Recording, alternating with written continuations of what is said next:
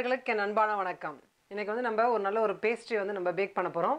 அதுக்கு என்னென்ன ஐட்டம்ஸ் வேணும்னு பார்க்கலாம். இந்த மாதிரி ஃபர்ஸ்ட் நமக்கு நல்ல ஒரு பேஸ்ட்ரி ஷீட் வேணும். ஒரு சூப்பர் மார்க்கெட்ல போய் பார்த்தீங்கன்னா கண்டிப்பாக கிடைக்கும். இந்தியாவிலே நிறைய சூப்பர் மார்க்கெட்ஸில் கிடைக்குது இப்போ. அதனால் இந்த மாதிரி நல்லா ரோல் பண்ணுற மாதிரி பெரிய ஒரு பேஸ்ட்ரி ஷீட் அதை எடுத்துக்கோங்க.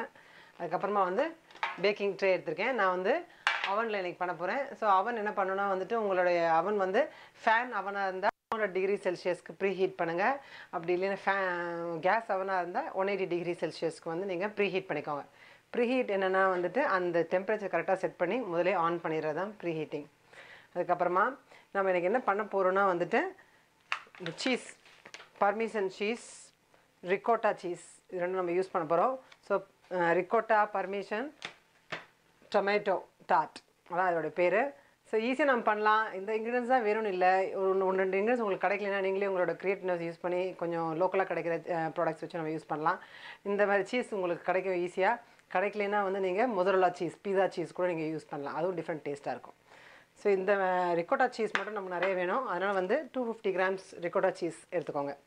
இதில் என்ன பண்ணோன்னா முதலே வந்து கொஞ்சம் தண்ணி இருக்கும். அதனால் கொஞ்சம் நம்ம முதலே இதை பண்ண ஆரம்பிக்கும் போதே வந்து ஒரு வடிகட்டில் போட்டு கொஞ்சம் தண்ணி எவ்வளோ முடியுமோ அவ்வளோ வடிகட்டி எடுத்துடலாம். ஸோ நல்ல ஒரு திக்கான ரிக்கோட்டா சீஸ் நமக்கு கிடைக்கும். நான் ஏற்கனவே கூட ஒரு ரெசிப்பியில் யூஸ் பண்ணியிருக்கேன். இது கொஞ்சம் லேசாக ஒரு ஸ்வீட்னஸ் இருக்கும். இது கூட சக்கரை போட்டு சாப்பிட்டா கூட நல்லாயிருக்கும். இது மேலே வந்து நம்ம பிஸ்கெட் மேலே தேய்ச்சா கூட இந்த சீஸ் நல்லாயிருக்கும். ஏற்கனவே யாரோ கூட கேட்டிருந்தீங்க சீஸ் பற்றிலாம் சொல்லுங்கள் அப்படின்ட்டு. ஸோ அந்த ரெசிபி பண்ணும்போது நம்ம அதை பற்றி சொல்ல முடியும். இதுதான் வந்து ரிக்கோட்டா, அதாவது அந்த பேக்கரோட காட்டுறேன் நான் கரெக்டான உங்களுக்கு அந்த ஸ்பெல்லிங் தெரியறதுக்கு. இது வந்து ரிக்கோட்டா சீஸ் நல்லா வந்து ஒயிட் கலரில் இருக்கும். இப்படி நல்லா சாஃப்டாக. இது தண்ணி லேசாக தேங்கியிருந்தால் அதை தான் நான் வந்து இப்போது இங்கே வடிகட்டில் ஃபில்டர் பண்ணிக்க போகிறேன். ஸோ இதை அப்படியே கொட்டி விட்டுடலாம். கொஞ்ச நேரம் அந்த தண்ணியெல்லாம் இறங்கட்டும். இதுக்கப்புறமா வந்து பார்மேசன் சீஸ் இது நம்ம என்ன பண்ண போகிறோம், இது கொஞ்சமாக தான் வேணும். ஒரு 50 கிராம்ஸ் தான் நமக்கு வேணும். ஸோ இது வந்து உங்களுக்கு ஏற்கனவே கிரேட்டடாகவும் கிடைக்கும், இல்லைனா வந்து இந்த மாதிரி வெஜ்ஜஸாகவும் கிடைக்கும். ஸோ நான் என்ன பண்ண போகிறேன்னா கொஞ்சமாக வந்துட்டு இந்த மாதிரி ஒரு சீவில் வந்து கிரேட் பண்ணி எடுத்துக்க போகிறேன். கொஞ்சம் குட்டி இதில் போட்டு நல்லா கொஞ்சமாக எடுத்துக்கலாம். இதை தூள் பண்ணி எடுத்துக்கலாம். ஒரு தக்காளி இல்லை 2 தக்காளி சைஸை பொறுத்து இந்த மாதிரி ஸ்லைசஸ் போட்டு எடுத்துக்கோங்க. நம்ம பண்ணுற ஒரு ஷீட்டுக்கு வந்து இந்த மாதிரி ஒரு 6 இல்லைனா 8 சைஸை பொறுத்து நமக்கு தேவைப்படும். ஒரே ஒரு முட்டை வேணும். அதனால் பீட் பண்ணி போகிறோம். கடைசியில் கொஞ்சம் லேசாக நம்ம சீசன் பண்ணுறதுக்கு வந்து பெப்பர், சால்ட், அவ்வளோதான். இவ்வளோதான் நமக்கு வேணும். கொஞ்சம் ஆலிவ் ஆயிலும் லேசாக நம்ம ஸ்ப்ரே பண்ணிக்கலாம். ஸோ இது எப்படி பண்ணுறதுன்னு பார்ப்போம் வாங்க. ஸோ உள்ளே இருக்க மிக்சர் வந்து நம்ம அப்புறமா பண்ணிக்கலாம். ஃபஸ்ட்டு வந்து நம்ம அவுட்டர் லேயர் தான் பண்ண போகிறோம். அதனால் என்ன பண்ணுறீங்கன்னா இந்த மாதிரி ஒரு ட்ரே எடுத்துகிட்டு நம்மளோட ரோல், பேஸ்ட்ரி ரோல் நம்ம நல்லா அதில் பிரிச்சுக்கலாம். பேஸ்ட்ரி குக் பண்ணணும். இது வந்து நம்ம ஃப்ரிட்ஜில் பார்த்தீங்கன்னா ஃப்ரிட்ஜ்லேயே இருக்கும். ஃப்ரீசர்லாம் வைக்க வேண்டாம், ஃப்ரிட்ஜ்லேயே வைக்கலாம். ஒருவேளை நீங்கள் ஃப்ரீசரில் சேவ் பண்ணியிருந்தீங்கன்னா வெளியே ரூம் டெம்பரேச்சருக்கு கொண்டு வந்துடணும். ஒரு பேக்கிங் ஷீட்டில் தான் இருக்குது. அதனால் நான் அந்த ஷீட் வச்சு அப்படியே குக் பண்ண போகிறேன்.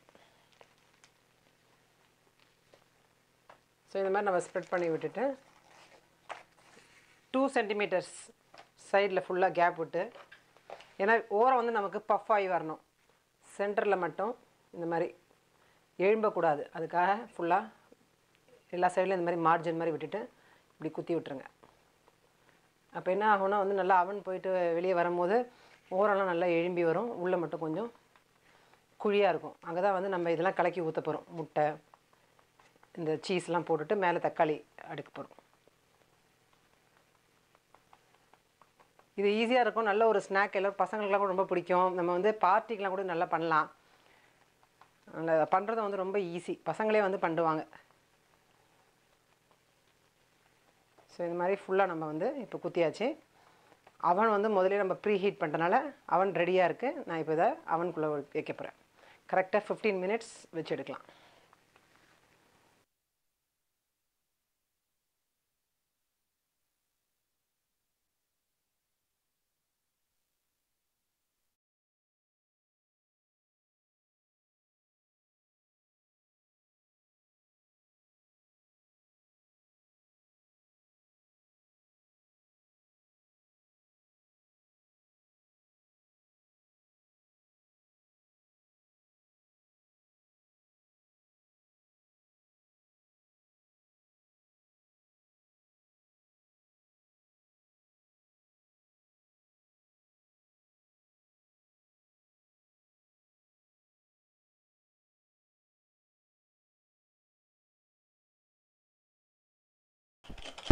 கொஞ்சம் நல்லா அடிச்சுக்கணும்.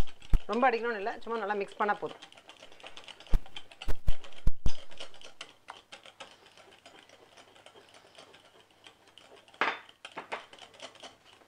நல்லா ஒரு தயிர் கன்சிஸ்டன்சியில் தான் இருக்கும் அந்த சீஸு. அதனால் இப்படி பார்த்தீங்கன்னா இப்போது இந்த மாதிரி இருக்கும்,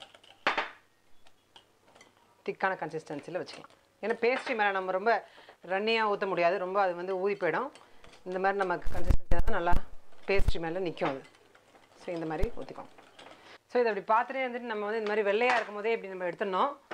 அதனால் 180 டிகிரியில் நீங்கள் வச்சிங்கன்னா 180 டிகிரி செல்சியஸில் வச்சிங்கன்னா 15 மினிட்ஸ் வைக்கலாம். ஓரளவு உங்கள் ஒரு அவனும் கொஞ்சம் மாறும். அதனால் நீங்கள் ஃபுல்லாக பார்த்துட்டே இருங்க. ஒரு 5-10 மினிட்ஸில் கூட உங்களுக்கு ஆகிடுச்சுன்னா நீங்கள் இந்த மாதிரி எடுத்துக்கோங்க. ஏன்னா இது வந்து பேஸ்ட்ரி வந்து சீக்கிரமாகவே குக் ஆகிடும். இது வந்து லேசாக ஜென்டலாக நம்ம வந்து சென்டரில் கொஞ்சம் மட்டும் இப்படி அமுத்திட்டு அது மேலே நம்ம இதை ஊற்ற போகிறோம். திருப்பியும் நம்ம அதை ஒரு 10-15 மினிட்ஸ் அவனை பொறுத்து வைக்க போகிறோம். அதனால் முதலே வந்து ஃபுல்லாக குக் ஆகிடக்கூடாது, கொஞ்சம் தான் ஃபஸ்ட்டு குக் ஆகணும்.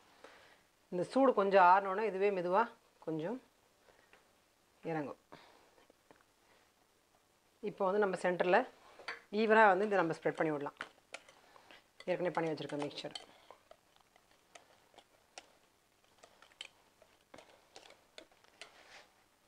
போட்டு தேய்ச்சி விடுங்க. ஃபுல்லாக இதே மாதிரி ஸ்ப்ரெட் பண்ணிடலாம். ஸோ இது மாதிரி நல்லா தேய்ச்சிட்டு இதுமாதிரி ஒரு உடன் ஸ்பேட்சில் வச்சு நல்லா ஈவனாக ஃப்ளாட் ஆக்கிக்கோங்க. இது வந்து நம்ம வெறும் சால்ட் பெப்பர் போட்டே பண்ணலாம், அப்படி தான் இது பண்ணுவாங்க. ஆனால் நமக்கு வந்து இன்னும் கொஞ்சம் காரம் இருந்தாலும் நல்லாயிருக்கும். அதனால் நான் கொஞ்சம் லேசாக சில்லி ஃப்ளேக்ஸ் கொஞ்சம் போட்டு போகிறேன். இது கண்டிப்பாக ஆப்ஷனல் தான். கொஞ்சம் பார்க்கவும் அது கலர்ஃபுல்லாக இருக்கும், கொஞ்சம் நல்லா காரசாரமாகவும் இருக்கும். கொஞ்சம் சில்லி ஃப்ளேக்ஸ் போட்டுட்டு அது மேலே இந்த தக்காளி நம்ம எடுத்து வச்சுருக்கோம்ல, இதை வந்து நம்ம இப்படி அரேஞ்ச் பண்ணணும். இது வந்து கொஞ்சம் ஸ்பேஸ் விட்டு அரேஞ்ச் பண்ணிங்கன்னா நம்ம வந்து நம்ம கடைசியில் கட் பண்ணும்போது கரெக்டாக இருக்கும். 6 பீஸ் வர மாதிரி வச்சிடலாம். டொமேட்டோக்கும் நம்ம வந்து சீசன் பண்ணவே இல்லை எதுவுமே. அதனால் வந்து அதுக்கு மேலே நம்ம கொஞ்சோண்டு பெப்பர் தூள், கொஞ்சம் உப்பு போட்டுக்கலாம். தனியாக ஒரு பிளேட்டில் போட்டு கலந்தும் வச்சுக்கலாம், இல்லை தக்காளி போட்டப்புறம் இப்படி அழகாக சீசன் பண்ணிக்கலாம். அதையும் டொமேட்டோவோட வந்து எப்பவுமே பேசில் நல்ல ஒரு காம்பினேஷன் நிறைய டிஷ்ஷஸில் பண்ணுவாங்க. பேசில் ஆனால் கிடைக்காதவங்க என்ன பண்ணலான்னா வந்துட்டு இந்த மாதிரி மின்ட்டும் போட்டுக்கலாம். அந்த க்ரீன் அண்ட் அந்த ஆரஞ்ச் ரெட் காம்பினேஷன் நல்லா தான் இருக்கும். அது மட்டும் இல்லாமல் டேஸ்ட்டும் நல்லாயிருக்கும். ரொம்ப போட வேணாம், சும்மா அப்படி அங்கங்கே வச்சு டெக்கரேட் பண்ணிங்கன்னா டார்ட் பார்க்க நல்லாயிருக்கும், நல்ல ஒரு ஃப்ளேவராகவும் இருக்கும். ஸோ கொஞ்சமாக எடுத்துருக்கேன் நான். இதை வந்து பேசிலோடு நம்ம பண்ண வேணாம், அப்புறமா கடைசியிலேயும் நம்ம போட்டுக்கலாம். ஸோ திருப்பி வந்து நான் இதை அவனில் வைக்க போகிறேன்.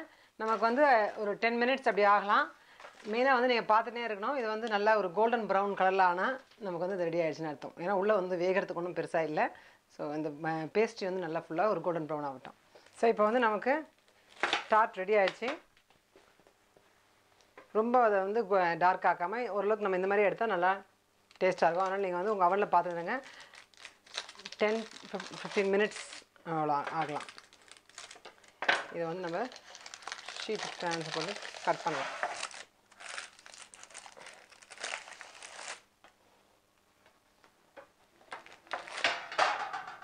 ஸோ இப்போ வந்து நல்லா கட் பண்ணலாம்.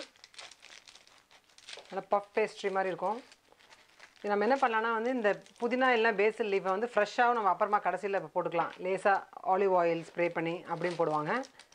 குக் ஆகிற மாதிரி நம்ம இது மாதிரி பண்ணலாம். நல்லா இது மாதிரி ஒரு பீஸா ஸ்லைஸ் மாதிரி இந்த சர்வ் பண்ணலாம். இந்த மாதிரி நல்லா ஒரு டிஃப்ரெண்ட்டான பீஸா மாதிரி தான் இருக்கும்.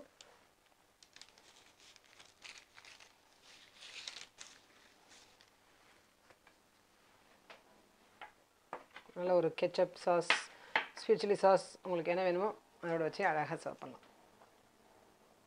இந்த டிஷ் உங்கள் எல்லாருக்கும் பிடிக்கும்னு நினைக்கிறேன். இது வந்து ரொம்ப ஈஸியாகவே பண்ணிடலாம் நம்ம.